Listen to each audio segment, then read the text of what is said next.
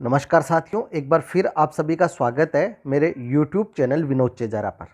साथियों, अचल संपत्ति विवरण यानी कि IPR भरने से संबंधित मैंने 2-3 वीडियो आपके लिए बना दिए हैं, जिसमें आपके पास यदि संपत्ति नहीं है तो आपको कैसे भरना है, यदि आपने भर दिया डिजिटल सिग्नेचर वेरीफाई कैसे करना है, तो उस बारे में भी आप जान सकते हैं।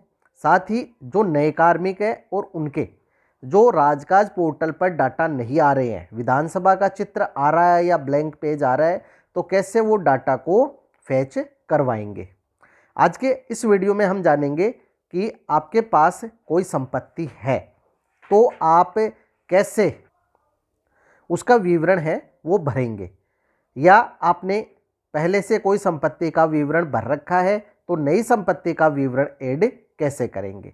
इसके लिए हम चलते हैं SSO ID पर। तो अब हमने SSO ID को लॉगिन कर लिया है और हमें यहाँ राजकाज पर क्लिक करना है। राजकाज पर क्लिक करने के बाद जो राज ई-ऑफिस पोर्टल है वो ओपन हो जाएगा और यहाँ हमारे सामने 2 ऑप्शन आ जाते हैं, राजकाज और IPR। इस बार IPR के लिए अलग ऑप्शन दे दिया गया है। आप इस हरे रंग के जो बटन पे IPR लिखा है यहाँ क्लिक करें। क्लिक करने के बाद आपके जो IPR का पेज है वो आ जाएगा। यहाँ हरे रंग से जो टैब ओपन है, इसमें आप पिछली कोई भी प्रॉपर्टी का रिटर्न जो आपने भरा है यहाँ ईयर सेलेक्ट करके और सर्च करके उसका प्रिंट ले सकते हैं। यहाँ अब हम चलते हैं मैनेज इमूवेबल प्रॉपर्टी रिटर्न पर, तो यहाँ क्लिक करेंगे। यहाँ क्लिक करने पर हमारे सामने सबसे ऊपर 2 ऑप्शन आते हैं, एक सेलेक्ट फ्रॉम प्रीवियस प्रॉपर्टी और एक अपडेट प्रोफाइल।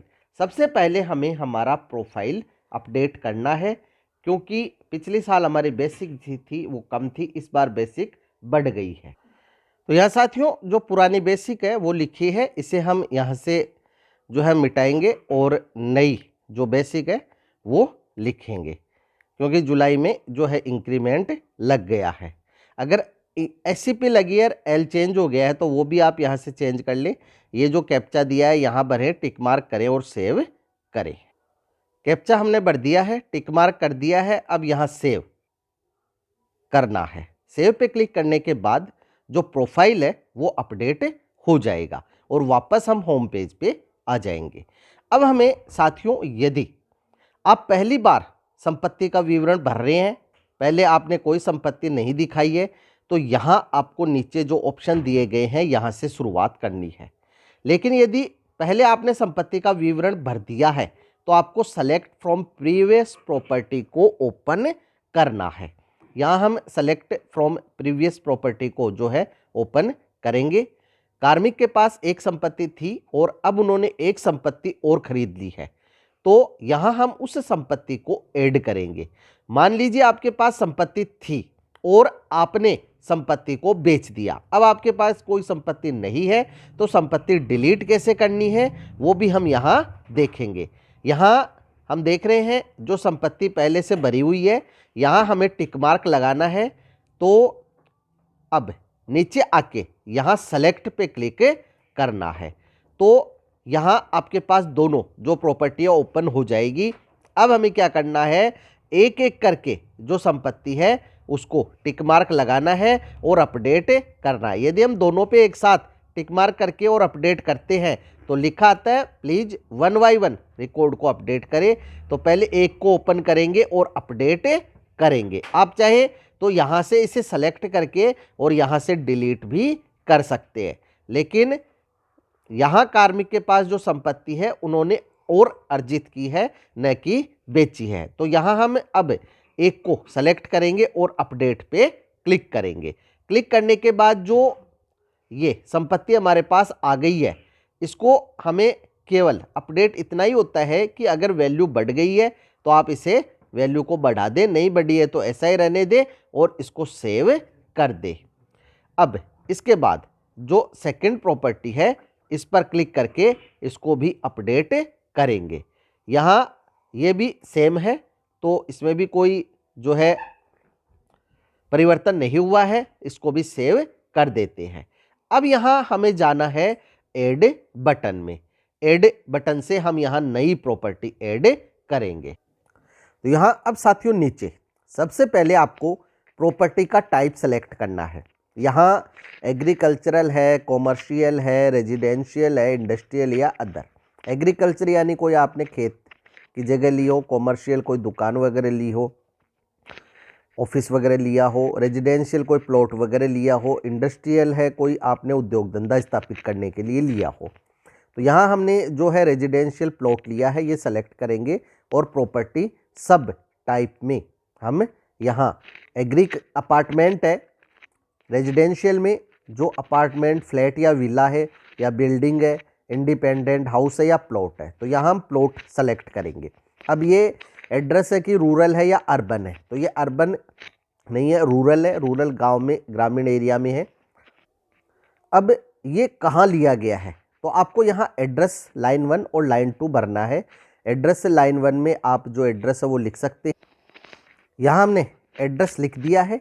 कंट्री इंडिया आ रहा है, स्टेट राजस्थान आ रहा है, डिस्ट्रिक्ट यहाँ से हम ड्रॉप डाउन मेन्यू से सेलेक्ट कर लेंगे। इसके बाद ब्लॉक जो है, ये आप जब डिस्ट्रिक्ट सेलेक्ट करते हैं उसके अकॉर्डिंग जो ब्लॉक है थोड़ा सा समय लग सकता है ओपन होने में, तो इसलिए आप वेट करें और जब ओपन हो जाए तो आप इसको सेलेक्ट कर लें। नहीं आता है तो भी कोई बात नहीं है, क्योंकि इस पर जो है मैंडेटरी का सिंबल नहीं है।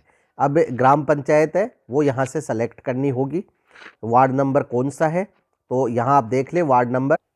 तो यहाँ साथियों कई बार ऑप्शन ओपन नहीं होते हैं, तो आप दोबारा से इसको पेज को रिफ्रेश कर लें, और नहीं तो ये मैंडेटरी नहीं है, आप छोड़ भी सकते हैं।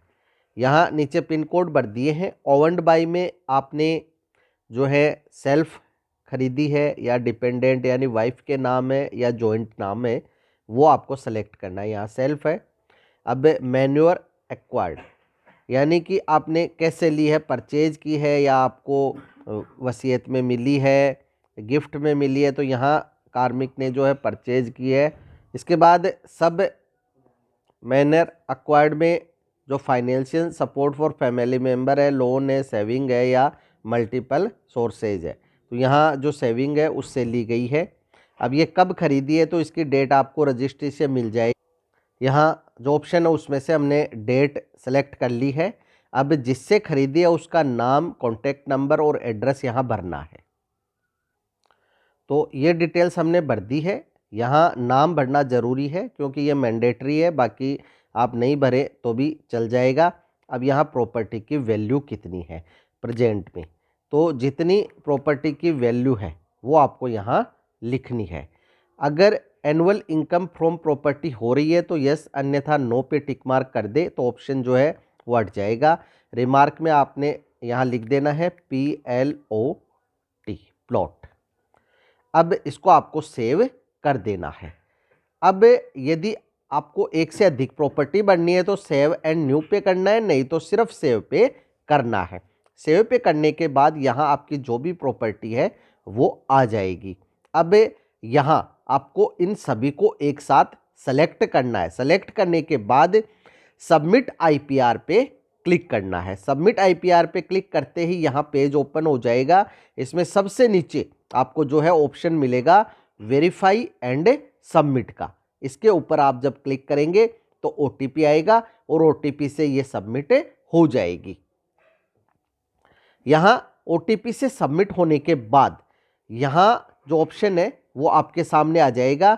यहाँ नीले रंग से जो है आपको ऑप्शन मिलेगा डाउनलोड करने का। डाउनलोड करें, लैपटॉप या कंप्यूटर से डिजिटल सिग्नेचर करें और अपने आहरण वितरण अधिकारी के पास जमा करवाएं। तो यहाँ साथियों आप आसानी से अपने मोबाइल से घर बैठे अचल संपत्ति विवरण भर सकते हैं। समय पे इसे भर दें। सभी तरह के जो वीडियो मैंने आपके हेल्प के लिए बना दिए हैं। यहाँ कुछ साथियों के सामने समस्या आ रही है कि डाटा फेच नहीं हो रही है, विधानसभा का चित्र आ रहा है, पेज ब्लैंक आ रहा है। ये ज़्यादातर नए कार्मिकों के साथ है। तो आपको मैंने जो पिछला वीडियो बनाया था डाटा फेच कैसे करवाएं वो देखना है, और आसानी से डाटा फेच हो जाएंगे। फिर भी यदि कोई समस्या हो तो कमेंट बॉक्स में कमेंट अवश्य करें, आपकी समस्या का निश्चित ही समाधान किया जाएगा। वीडियो यदि अच्छा लगे तो लाइक करें, शेयर करें, सब्सक्राइब करें और बेल आइकॉन को टिक करें ताकि नई वीडियो की जो नोटिफिकेशन है वो आपको तुरंत मिल सके। इसी के साथ आप सभी का बहुत बहुत धन्यवाद और मिलेंगे अगले वीडियो में।